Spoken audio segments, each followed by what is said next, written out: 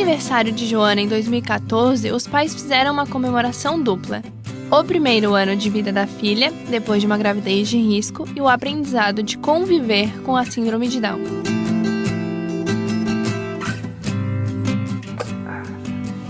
Olha, o cavalo! Giane e Edio descobriram só na hora do nascimento que Joana tinha síndrome. E durante a gestação a gente tinha a suspeita, né?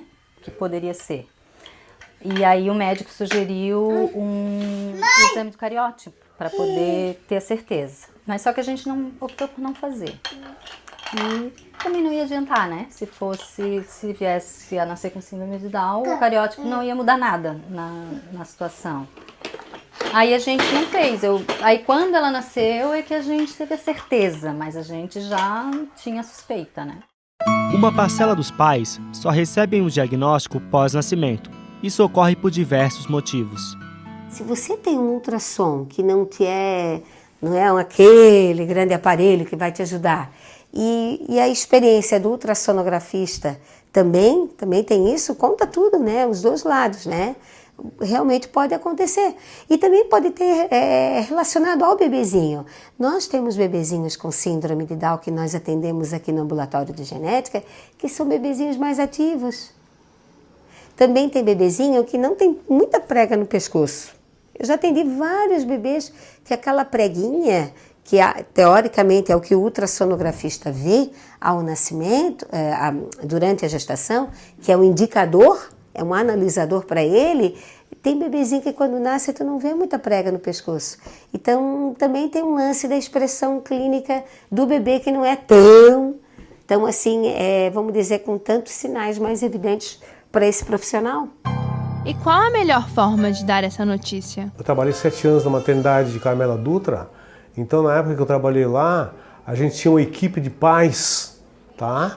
Que inclusive dava um plantão quando nascia uma criança com síndrome de Down, para eles dar notícia para a família, porque eles dão de uma maneira mais natural e a família que tem um filho com síndrome de Down fica mais à vontade de fazer pergunta para os pais que já têm filho de Down e eles também estão mais capacitados a dar resposta para essas famílias. Que às vezes um médico no plantão assim pode ser muito breve e muito rápido e até muito seco. Se você monta uma equipe que assiste bem ao nascimento de uma criancinha que nasce com alguma situação clínica, vamos dizer, não somente a síndrome de Down, e se você tiver confiança na tua equipe, todo e qualquer profissional ali pode passar o diagnóstico para o casal na hora. Nem todos os pais têm a mesma reação. A minha reação foi em relação ao jeito que me falaram. Porque quando ela nasceu, 2 dias depois que eu queria ver minha filha, não tinham me mostrado ainda. E daí eles falaram assim, olha, você não viu sua filha ainda? Não, eu quero ver ela. Daí então a gente vai te levar para ver. Quando eu vi ela, eu achei ela diferente, porque você vê as características, é diferente, né? Eu olhei assim, mas ela é diferente porque ela tem síndrome de Down, ela é mongolona. Chorei muito, não acreditei, que eu achava que... Por que acontecia aquilo comigo, né? Que eu queria muito que ele fosse... Nossa, eu não entendia, não sabia nada, não sabia nem que problema era esse, o que significava, nada. A minha reação foi de susto, né? Mas já fiquei preparada assim, ó, para começar o estímulo, não sabia o que era síndrome de Down, o pediatra estava junto e começou umas orientações, né? Mas a primeira foi um susto. O médico falou comigo e ele disse, ó, a tua filha, até ele me deu um susto bem grande assim na hora, né? Ele disse, a tua filha é mongolismo, tá? Daí eu disse, na época a gente, né, não sabia o que era bem, daí ele disse, não, é uma criança que o tempo que vai dizer. Quando o médico deu a notícia, né, enfim, é uma questão, a gente se vê diante do desconhecido, de uma situação que a gente não sabe direito o que é. Para mim foi um baque, né, levei um susto, foi horrível, para mim foi horrível. Quando eu voltei lá na recepção, lá que estavam meus parentes, a minha família inteira, eu cheguei lá até chorando, ruim assim, meu Deus, por que eu nunca fui uma pessoa preconceituosa? Hoje, aos 3 anos, Joana, a filha de Edio e Giane, está no jardim de infância. Também faz natação. E 4 vezes por semana recebe atendimento na Fundação Catarinense de Educação Especial. Antes da filha nascer, Os pais de Joana sabiam muito pouco sobre a síndrome de Down, relatada pela primeira vez no século XIX. O médico inglês John Down observou algumas características físicas que apareciam em crianças, filhas de mulheres acima de 35 anos. A pesquisa é considerada o primeiro estudo científico que reuniu informações da síndrome, que atinge aproximadamente 300 mil pessoas no Brasil, um para cada 700 nascimentos. Algumas características são próprias da síndrome de Down, como os olhos amendoados, a língua mais grossa, a medida encefálica, a propensão à obesidade, entre outros.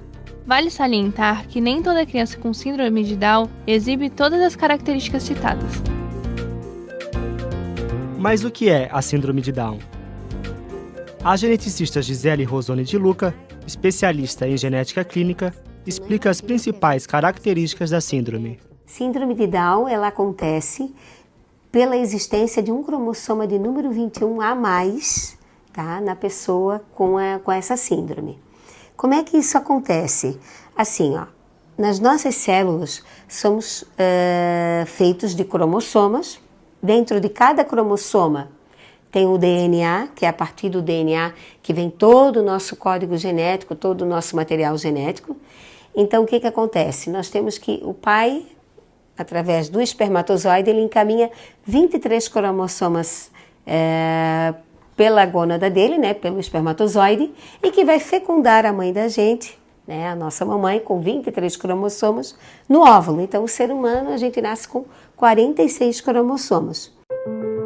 Existem 3 tipos de síndrome. A translocação, que é hereditária e mais rara. A mosaico, podendo o indivíduo apresentar sintomas mais leves do que o convencional.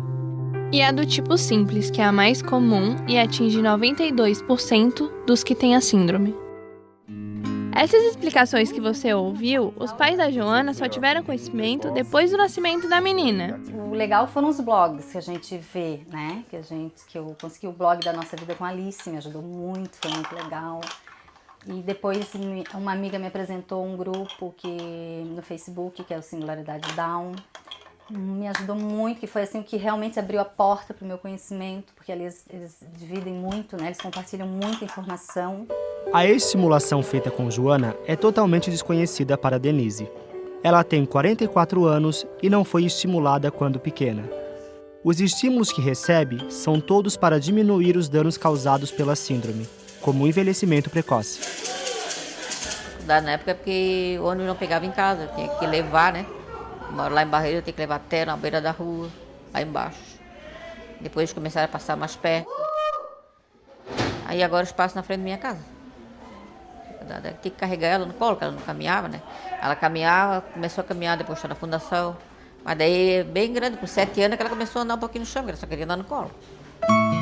A pedagoga Sabrina, que atende Denise na Fundação Catarinense de Educação Especial, lembra que na época em que ela nasceu, o atendimento especializado para quem tinha síndrome de Down não era tão especializado como é atualmente. Há 20 anos atrás não existiam políticas nem investimento nos deficientes, não acreditava-se que eles teriam uma sobrevida muito grande, nem com grande qualidade. Então não se investia, era uma área que eles ficavam mais em casa, segregados da família ou institucionalizados, sem estímulos, né? Então hoje a gente vê o resultado de 20, 30 anos atrás. A falta de estímulo não proporcionou que eles pudessem estar no mercado de trabalho como a gente vem vendo agora. O fisioterapeuta Wilson é outro profissional que atende Denise na mesma instituição. Ele explica as dificuldades que acometem uma pessoa Down que não foi estimulada quando criança. Tudo que você vai aprender, tanto na educação física ou qualquer outra coisa que desenvolva, né, que seja de atividade física, é um processo de aprendizagem, que é o processo de aprendizagem motora. E é justamente o que está mais comprometido na pessoa com deficiência intelectual. Então, o desafio da fisioterapia para trabalhar com a pessoa com deficiência intelectual não adianta eu propor para ele, por exemplo, dar um peso, dar um halter ou dar alguma atividade, porque não vai fazer sentido. A pessoa não entende que atividade é essa. Então, por isso que a gente tem que adaptar aos padrões básicos da vida dessa pessoa, né? Tem que fazer sentido para ela. A professora aposentada, Karen, tem uma filha com síndrome de Down. Quando alguém pergunta sobre o melhor conselho que ela pode dar para quem convive com um Down, ela é enfática. estimular, fiz muita estimulação. Ela foi para fono, foi para físio, terapia ocupacional, né? Então, assim, sempre muito estímulo. A dona dessa raquete é a filha de Karen, e o resultado do estímulo que recebeu dos pais transformou Maria Fernanda, de 15 anos, na número 1 do Brasil em tênis de mesa na classe 11, categoria surdez.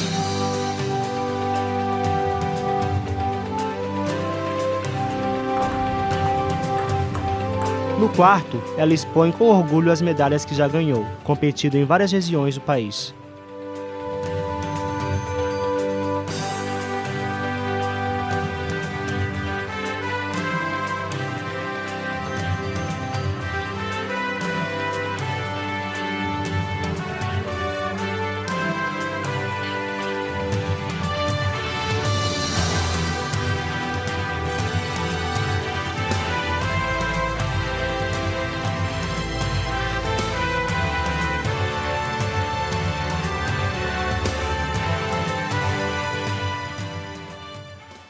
Maria Fernanda representará o Brasil na 23ª Surdo-Olimpíadas de Verão 2017, que será realizada na Turquia. Para isso, Maria conta com o incentivo da família. Desde o começo, porque é aquela história, qualquer resposta, né, que um filho com síndrome de Down e com surdez dá, a gente pega essa estrada, esse caminho e vai nisso, né, no sentido de ver nisso uma possibilidade, uma esperança, uma alternativa para ela se desenvolver, né? Então, sempre se apoiou e sempre se buscou criar as condições para que ela conseguisse crescer. Além do apoio dos pais, Maria Fernanda tem o apoio da irmã mais velha, Maria Eduarda. Uma vez por semana, no mínimo, eu vou lá. Às vezes eu levo ela na escola, fico um pouquinho lá. Às vezes sai comigo. 50% das pessoas nascidas com síndrome de Down têm alguma malformação relacionada à cardiopatia. Nas crianças que têm síndromes genéticas, é um fator ligado ao próprio síndrome mesmo, né? Algum determinante que leva a acontecer mais problemas nesse tipo de crianças. Alguns casos, excepcionalmente, podem precisar de outros procedimentos na vida ou de adolescentes ou na vida adulta, mas, como eu te falei, com o desenvolvimento das técnicas operatórias e todas essas tecnologias novas que foram se agregando à terapêutica dessas crianças, elas têm cada vez menos chance de precisarem fazer outros procedimentos. Na verdade, elas fazem uma cirurgia e elas ficam com vida normal para o resto da vida delas. Fazem acompanhamento, continuam fazendo segmento de rotina, mas geralmente sem medicamentos, sem restrições, pode fazer fisioterapia, pode fazer atividades físicas sem problema nenhum. Elas são iguais a uma criança normal, né, como a gente considera normal dentro do síndrome ou sem síndrome, né, dentro das atividades que são próprias para ela, da idade dela, do desenvolvimento dela. Além da grande possibilidade de nascer prematuro, há outros problemas que podem atingir quem tem síndrome de Down. No caso de Nicole, ela nasceu prematura e também com alguns órgãos trocados. Na verdade, ela tinha tanto probleminha a mais quando ela nasceu, que tinha uma formação congênita, tinha órgãos trocados, que eu pensei assim, não. Eu falei pro médico, não importa se ela tiver síndrome de Down, o que importa é salvar a vida dela, é isso que eu quero. Santa Catarina é considerado um estado modelo por possuir diversas instituições que atendem pessoas com deficiência intelectual. A Associação Amigo Down é uma dessas instituições. Um lugar de lazer, de encontro, de atendimento médico, de atendimento de direito, né, para eles, com assistência social, com enfermagem e tal. Na associação, Nicole faz diversas atividades. Matemática, português, história, a geografia. Tá, e aqui? Você faz pintura? E pinto. O que mais? Desenhar, ler, escrever. Tá, e aqui no computador? Também faz? O que tu faz aqui? Ou era filme. A Fundação Catarinense de Educação Especial atua há mais de 49 anos, atendendo crianças e adultos com diversas deficiências intelectuais. No Senet, Centro de Educação e Trabalho, é oferecida a oficina de pré-qualificação em gastronomia, coordenada pela pedagoga Kátia. A Fundação, ela desde 1980, que ela já vem investindo na questão do mercado de trabalho para a pessoa com deficiência. Inclusive no momento onde não existia legislação nenhuma que pudesse assegurar isso. Com a vinda da legislação a partir de 91, É lógico que a gente percebeu que o mercado acabou se abrindo mais, até por uma questão de força de lei, de você poder realmente estar incluindo essas pessoas no mercado de trabalho. Carol, de 31 anos, é uma das alunas. Ela está na fase final do curso, pronta para ingressar no mercado de trabalho. Bolo, bolacha, o que mais? Bolo, bolacha, o que mais?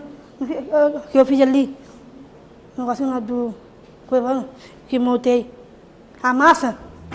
O instrutor Evandro conta como é trabalhar com quem tem síndrome de Down. Dificuldades com eles são poucas.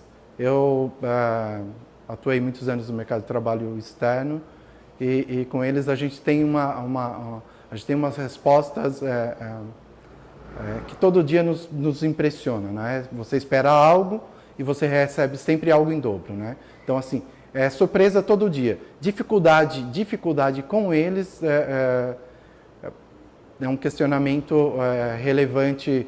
Eu dependo muito do auxílio da família, dependo muito da assessoria que ele tem por trás para a gente ter 100% da atuação com eles, né? Porém, ela tem outros sonhos. Juíza. Carol é a única filha de seu Raulino José. A fundação é tudo para, né, como eu deixo por conta da fundação, que eu confio na fundação, tá? Ela está desde um mesinho de idade aqui, então ela, às vezes que eu não tenho condições de trazer ela para o ônibus, ela fica braba comigo, chega a chorar. Daniel é 2 anos mais velho que Carol, mas não é estimulado para ingressar no mercado de trabalho. Minha avó não deixa eu trabalhar porque a avó fica doente, que ela fica nervosa e fica preocupada. Apesar de não trabalhar, a mãe de Daniel, Verônica, explica que o filho é bastante independente. Ele é independente, assim, né? Independente que eu digo assim, ele faz as coisas dele sozinho, ele é organizado. Nossa, a expectativa é bem melhor. Ele se vira, ele sai, ele faz as coisas, ele entende. Porém, acredita que a interferência da avó é prejudicial no desenvolvimento do filho. Ele fica na casa da avó dele e ela se preocupa muito, então ela não deixa ele se desenvolver muito, assim, dele trabalhar, dele ter uma independência maior assim, financeira também, sozinho. Um dos mitos relacionados à síndrome de Down é sobre a sexualidade ser mais aflorada. Eu não vejo dessa forma, tá? Eu vejo de outra forma. Eu vejo que, assim, tudo é o contexto que essa criança também vive. Se a gente vive num contexto onde isso é muito falado, muito comentado, a gente percebe que a nossa pessoa com síndrome de Down ali, ela vai falar mais sobre isso, tá? Agora, se a gente está numa família que vai ensinar, óbvio, porque tem que ensinar, mas que haja um equilíbrio nesse aprendizado, essa pessoa vai bem melhor nessas questões de sexualidade, porque aí não surge muitas dúvidas, não vem muito silêncio da família, né? Então, o que eu quero dizer? A sexualidade deles é igual à nossa. O que eu te conto? Eu te conto assim que eu tô uma parte preocupada sobre questão de namoro. Não, eu não sei se é porque é menina, não. Ela diz muito que quer namorar, quer sair, Mas o pai não deixa, né, mãe? O pai e a mãe não deixam. Eu tento desconvencer ela, mais velha, e assim vai eu levando o ano, e ela, mãe, quando é que eu vou sair? Isso assim eu não me sinto muito segura. Maria Fernanda agora está nessa fase, né? Eu não sei o nome exato que eles dizem, os hormônios estão à flor da pele, né? A puberdade. E aí a Maria Fernanda quer ver na televisão muito beijo, quer abraçar o Léo. Tem que ter calma. Com 18 anos pode beijar muito e ir para a cama, mas sempre tem que estar controlando. O atendimento multidisciplinar é fundamental para o desenvolvimento de quem tem a síndrome de Down. A questão da fala, por exemplo, também merece atenção. 6, 7...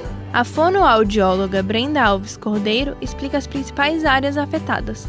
Geralmente a fono é o primeiro profissional que eles procuram depois de ter o diagnóstico, porque desde o nascimento eles já vão geralmente encontrar uma dificuldade na amamentação pela falta de vedamento labial, na dificuldade de sucção, então geralmente o profissional tem que ser o primeiro a ser procurado. A fonoaudiologia tem várias áreas, dentre elas, para a síndrome de Down, ligada à síndrome de Down, a linguagem, a motricidade orofacial, que é a questão da musculatura, né? Então a gente trabalha a força, a melhora da adequação da musculatura da face e da oral. Da linguagem, a questão da comunicação, não só a comunicação como fala, mas comunicação como forma de comunicação, ou pela comunicação alternativa, dependendo da criança. Da questão da audição, muitas crianças com síndrome de Down têm otites médias de repetição, então tem problemas auditivos, condutivos, decorrente da disfunção da tuba auditiva, então tem que ser procurado também um fonoaudiólogo para isso. E a voz, essas são as áreas que a fono abrange. Outra área importante no atendimento aos que têm síndrome de Down é a fisioterapia. O fisioterapeuta Roger afirma que quanto mais cedo o tratamento começar, melhores serão os resultados. A partir da hora que nasce, se já tiver diagnosticado a síndrome de Down, já começa com os estímulos desde cedo. Quanto mais cedo a gente conseguir estimular, mais rápido a gente consegue fazer com que essa criança entre, vamos dizer assim, no padrão normal de desenvolvimento. E quais os exercícios mais comuns? A gente pode começar simplesmente com o apoio mesmo dos membros, seja os braços ou as pernas, para que ganhe um pouco mais de controle, de resposta à gravidade, até trabalhos na bola, no rolo, para que se tenha um controle de tronco, fortalecer a musculatura, para que eles venham entrar nesse padrão de desenvolvimento normal. Infelizmente, uma palavra ainda faz parte do dia a dia da síndrome de Down: preconceito. Quando nasceu a Maria Fernanda, eu senti assim que depois de uma semana as pessoas começaram a se afastar. Isso eu fiquei um pouco assustada, né? Mas tudo bem, né? Se afastaram, vamos à obra. E eu vejo ainda assim que tem muito preconceito, né? E é aquela coisa assim, geralmente o preconceito vem do adulto, né? Então, às vezes eu brigo mesmo, assim, que eu vejo que está demais, não chega perto porque... Não, vem cá, né? Ela é síndrome de Down, não é contagioso, né? Não custa, vamos saber o que é um pouquinho, né? Uma parente disse que preferia ter uma filha morta que ter né? Até hoje eu não me dou com ela. Teve um episódio que eu estava no consultório esperando ser atendida e veio uma senhora e ela passava muita língua em tudo, né? Que é o sensorial, que eles estão descobrindo. E uma senhora, e ela se via numa cadeirinha assim, que era meio cromadinha, ela conseguia se ver e ela botava a língua. E essa senhora disse, nossa, mas ela beija igual cachorro, né? Entendeu? Então tem uma coisa assim que eles não entendem, assim, sabe? E acham que é tudo igual. Não gostava quando ele chegava, ai, tadinho, ele é doentinho, ai, tadinho, ele é mongoloide. Eu não gostava, eu ficava muito chateada e às vezes até achava ruim com as pessoas, né? Porque eu sempre achei, meu filho, ele tem um problema, pra mim ele é uma criança normal. Uma das formas mais eficazes de combater o preconceito é a inclusão. Eu acho que as crianças têm começado mais cedo, né? Têm vindo mais cedo para os atendimentos e elas estão mais sendo mais incluídas, né, na sociedade. Hoje em dia as escolas estão melhor preparadas, né? Os professores estão melhor preparados também para que ocorra essa inclusão mais efetivamente. Nós fazemos muitas assessorias nas escolas. Então, é uma parceria, né, que nós temos com aquelas crianças que nós atendemos, uma parceria com a creche, com o CEI que ela está inserida. Então, nisso, nós percebemos todas as dificuldades que elas têm, nós tentamos ajudar, né, nessa parceria a resolver. Então, fica mais fácil essa inclusão. Eu acho que isso é a sociedade, né? A sociedade ainda é muito capacitista, né? Tu é capaz, ou tu não é capaz, ou tu pode, ou tu não pode. Então, eu acho que está ainda muito longe da gente conseguir. Mas a nossa luta é essa, a gente está lutando, né? Que é o processo da inclusão. Quando tu começar a realmente incluir de verdade, eu acho que as coisas vão começar a melhorar. A falta de informação não apenas alimenta o preconceito. Ela também faz com que os pais não saibam sobre os seus direitos e o dos filhos. Na realidade, existia a questão do salário, né? Tinha um salário mínimo, mas essa questão do salário mínimo depois a gente chama que era, no começo lá atrás, era um direito universal, ele acabou focalizando, né? Ou seja, ele hoje é restrito para algumas famílias com um limite de renda, né? Então, por exemplo, famílias com até, eu acho que 1 ou 2 salários mínimos, né, de renda, e aí R$150 per capita na família. Então a Maria Fernanda ficou fora disso. E é uma questão que esse é um limitador, isso marginaliza, né? Porque fazer estimulação para quem tem síndrome de Down, e no caso dela, que tem a deficiência auditiva, é caro. Essa é uma questão que deveria ser universal para todas as famílias que têm criança com síndrome de Down ou outro tipo de deficiência. Benefícios também tem do INSS para quem não trabalha em relação a eles. E outros, do carro também, se tu poder comprar um carro, tem esses benefícios de isenção de alguns, né, de PVA e desconto também. Eu descobri que a gente tinha direito, porque até então eu não sabia. Entre outros benefícios que a família de um Down tem, podem ser citados: o desconto de no mínimo 80% nas passagens aéreas de quem tem Down, preferência de atendimento em hospitais públicos e isenção de imposto de renda. O que os pais esperam para o futuro? E que conselhos eles deixam para os outros pais? Ela diz que quer ser técnica de enfermagem. Eu quero ser técnica de enfermagem. E da onde que surgiu isso pra ela? Porque na família a gente é a maioria da área da saúde. Então eu também já fiz técnica de enfermagem. E ela também. Isso.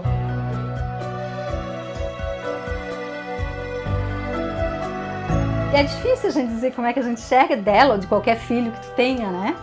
Mas eu tô lutando para que seja o melhor possível, que ela consiga, né, que a sociedade mude, que as pessoas mudem, que as pessoas incluam de verdade, de fato, não de aparência. E eu acho que é isso, a gente tem que acreditar, né? Eu acredito que vai ser um futuro bom, ela vai poder estar incluída numa sociedade melhor.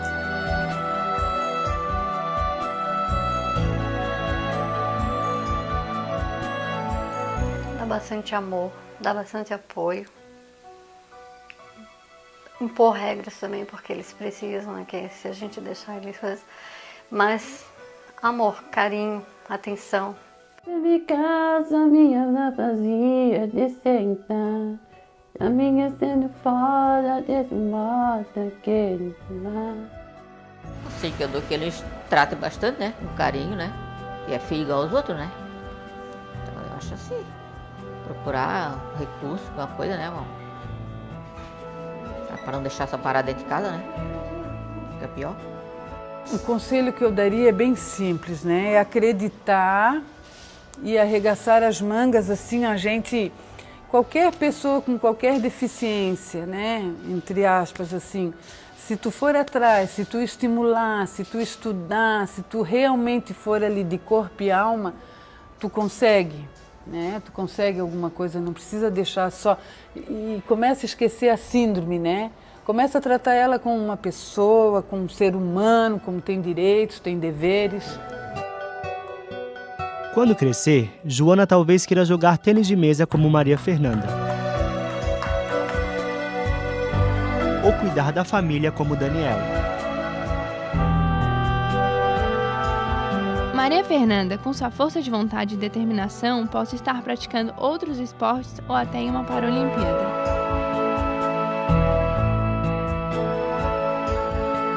E Carol já tem largado a gastronomia e tornado-se uma juíza. Nossa luta é para que os outros não sejam esquecidos como Denise.